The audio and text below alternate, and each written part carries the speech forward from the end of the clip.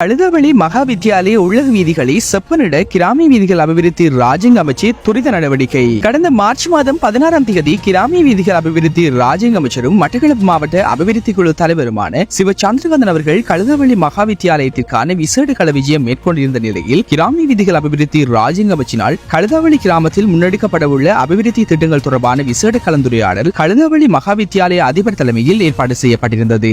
இதன்போது கழுதவளி மகா வித்தியாலய உள்ளக வீதிகள் மற்றும் கோடிப்பந்தாட்டு மைதானம் உள்ளிட்டவற்றை செப்பனிட்டு தருமாறு கழுதாவளி பாடசாலை அபிவிருத்தி சங்கத்தினர், சுயம்பிலிங்க பிள்ளையார் ஆலய பரிபாலன சபை, சிவசக்தி ஸ்ரீ முருகன் ஆலய பரிபாலன சபை, கமநல அமைப்பினர் உள்ளிட்ட அமைப்புகளின் நிர்வாகிகள் கிராமிய வீதிகள் அபிவிருத்தி ராஜ்யங்க அமைச்சரிடம் கோரிக்கையை முன்வைத்திருந்தனர். அதன் அடிப்படையில் கிராமிய வீதிகள் அபிவிருத்தி ராஜ்யங்க அமைச்சர் சிவ சந்திரகாந்தன் அவர்களின் பணிப்புரைக்கு அமைய நேற்றைய தினம் வீதி அபிவிருத்தி அதிகார சபை அதிகாரிகளினால் குறித்த பாடசாலையின் உள்ளக வீதிகள் மற்றும் கோடிப்பந்தாட்ட மைதானம் உள்ளிட்டவற்றை செப்பனிடுவதற்கான அளவீடுகள் மேற்கொள்ளப்பட்டிருந்தது.